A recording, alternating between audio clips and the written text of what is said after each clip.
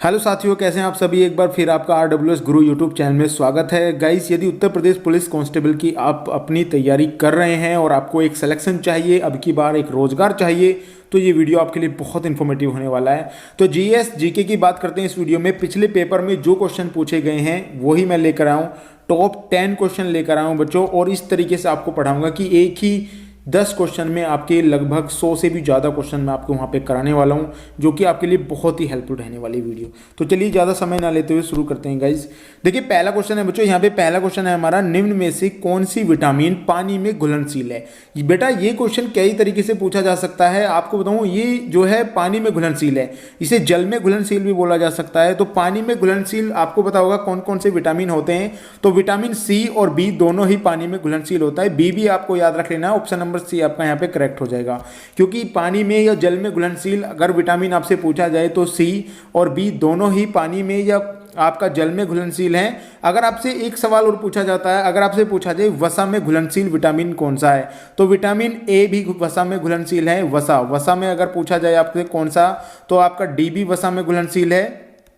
आपको याद रखना है विटामिन के भी वसा में घुलनशील है। ये कई बार एग्जाम में पूछा गया है। और बेटा, एक चीज और आपको याद रखना, विटामिन ई जो है आपका, विटामिन ई भी वसा में घुलनशील है, वसा में घुलनशील है। तो इसको आपको याद रख लेना है, क्योंकि कई बार एग्जाम में पूछा जा सकता है कि विटामिन ए और विटामिन बी या विटामिन की, विटामिन डी के और ई कौन कौन से विटामिन है जो वसा में घुलनशील है। तो आपको मैंने बता दिया, अगर जल में पूछा जाए या पानी में पूछा जाए तो आपका बी और सी आपके दोनों ही जल में घुलनशील हैं, और बाकी सभी आपकी वसा में घुलनशील है। ये भी आप याद रख सकते हैं, जैसे विटामिन ए हो गया, विटामिन डी हो गया, विटामिन के हो गया, और विटामिन ई जो है ये भी वसा में घुलनशील है बेटा।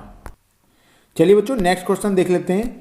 देखिए, नेक्स्ट क्वेश्चन है बच्चों, टाइफाइड होने पर कौन सा अंग प्रभावित होता है। यानी अगर आपको टाइफाइड हो जाता है तो शरीर का कौन सा अंग है जो प्रभावित हो जाता है। तो आपको पता होगा, जब टाइफाइड होता है तो उसमें आंत प्रभावित होती है। ऑप्शन नंबर बी आपका यहाँ पे सही हो जाएगा, आपकी आंत जो है प्रभावित होती है। यकृत भी प्रभावित, यकृत कब प्रभावित होता है, यदि आपको पीलिया हो जाता है तो आपको यकृत प्रभावित हो जाएगा, आपको जो है आंख पीली हो जाएंगी उसमें। अगर मस्तिष्क की कोई बीमारी है तो मस्तिष्क प्रभावित होगा। अगर आपको खांसी वगैरह हो जाती है तो आपके फेफड़ा प्रभावित होगा। इस क्वेश्चन से कई क्वेश्चन आपके निकलते हैं, तो एक बार अपने आप को थोड़ा प्रिपेयर कर लीजिएगा अगर आपको अच्छे से जनरल नॉलेज निकालनी है, क्योंकि जनरल नॉलेज के बहुत सारे क्वेश्चन एक दूसरे को रिलेट करते हैं। तो उसे रिलेट करके अगर आप याद करेंगे तो आप बहुत ज़्यादा क्वेश्चन याद कर सकते हैं बच्चों। चलिए बच्चों, नेक्स्ट क्वेश्चन देख लेते हैं। बच्चों देखिए, नेक्स्ट क्वेश्चन है आपका, मानव में गुणसूत्र या क्रोमोसोम्स की संख्या कितनी होती है। मनुष्य में या मानव में किसी तरीके से आपसे क्वेश्चन पूछा जा सकता है। तो मानव में गुणसूत्र की संख्या, अब इसमें बहुत सारे बच्चे गलती करते हैं, क्योंकि यहाँ पे 46 लिखा हुआ है शुरुआत में ही। तो 46 यानी 46 लिखा हुआ है, तो बच्चे क्या करते हैं, बहुत जल्दी से 46 लगाकर और आगे बढ़ जाते हैं अपने सवाल को टिक करके। सबसे बड़ी गलती है बच्चों, एक बार थोड़ा देख लेना है, आपको जोड़े लिखे हैं यहाँ या आपके 46 गुणसूत्र लिखे हैं। तो यहाँ पे आपको बता दूं, यहाँ पे 46 जोड़े लिखे हैं, जो कि आपने 40 लगाते ही गलत हो जाएगा। तो सही आंसर हो जाएगा आपका ऑप्शन नंबर सी, यहाँ पे 23 जोड़े, क्योंकि मनुष्य में 23 जोड़े क्रोमोसोम्स होते हैं, यानी कि 40 क्रोमोसोम्स होते हैं। अगर आपने 40 जोड़े कर दिए तो इसका दोगुना करना पड़ेगा आपको, तो वो सवाल आपका गलत हो जाएगा। तो एक बार अपने आप को थोड़ा देख लेना है, क्योंकि बहुत सारे बच्चे इसी गलती को करते हैं और लास्ट में आके बोलते हैं सर हमारा सवाल गलत हो गया था। तो इस तरीके की गलती बिल्कुल भी नहीं करनी है आपको। थोड़ा सा आपको टाइम देना है सवाल को, ये भी देखना है कि सवाल किस तरीके से गलत हो सकते हैं। तो सही आंसर हो जाएगा, क्रोमोसोम्स की संख्या कितनी होती है बच्चों, 23 जोड़े होती है। चलिए बच्चों, नेक्स्ट क्वेश्चन देख लेते हैं। देखिए, नेक्स्ट क्वेश्चन है आपका, हमारे संविधान के किस भाग में राज्य के नीति निर्देशक तत्व हैं, यानी नीति निर्देशक तत्व आते हैं, कौन से भाग में आते हैं। तो सही आंसर हो जाएगा बच्चों आपका भाग 4। कई बार एग्जाम में पूछा गया है और बच्चे इस सवाल को गलत करते हैं।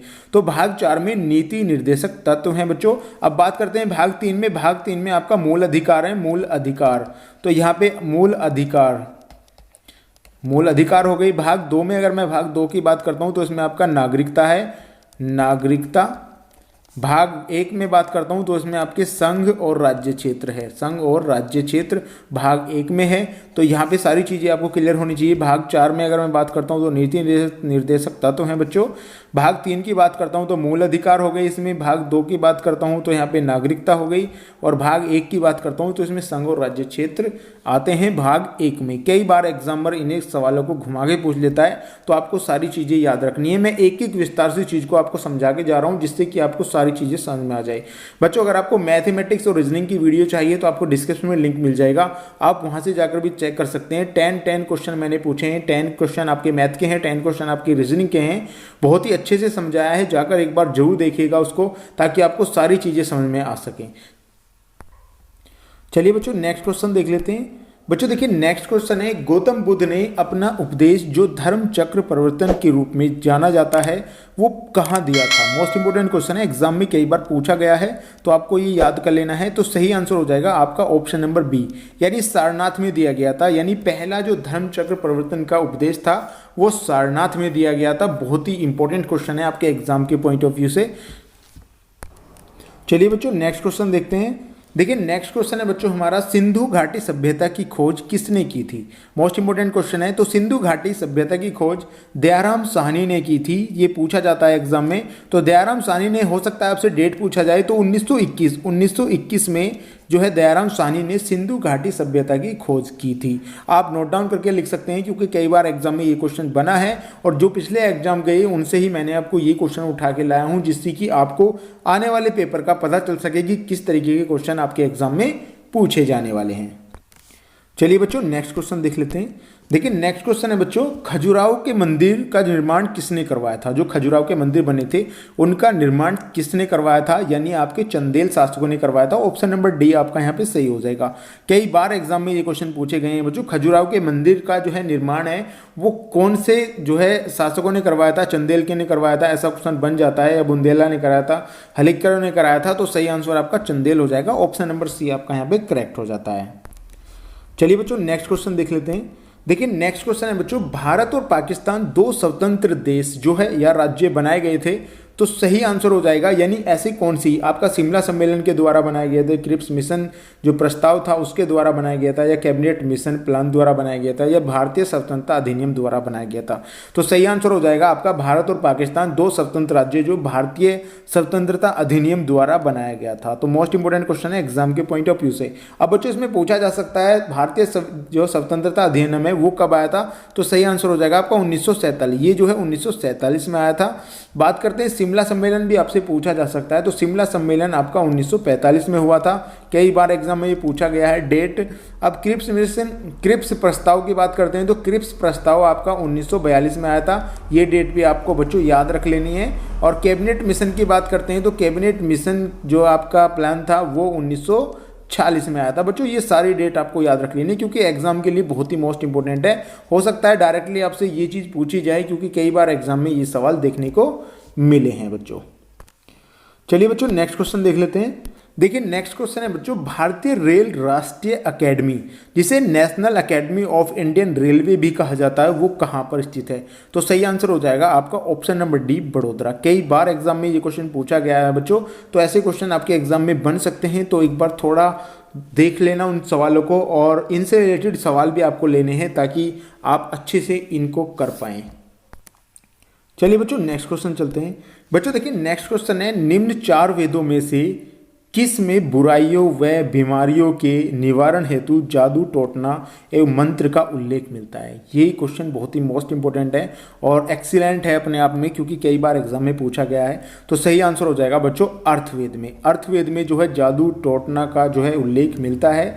इसकी जो आपको बता दूं रचना किसने की थी, तो अर्थवा ऋषि ने की थी। ये भी आपको याद रख लेना है, अर्थवा ऋषि ने इसकी जो है स्थापना की थी। बात करते हैं ऋग्वेद में। ऋग्वेद में पुरुष सूक्त भी कहा जाता है जिसको, इसमें 10 मंडलों का उल्लेख है। इसमें ही गायत्री मंत्र जो है इसमें दिया गया है।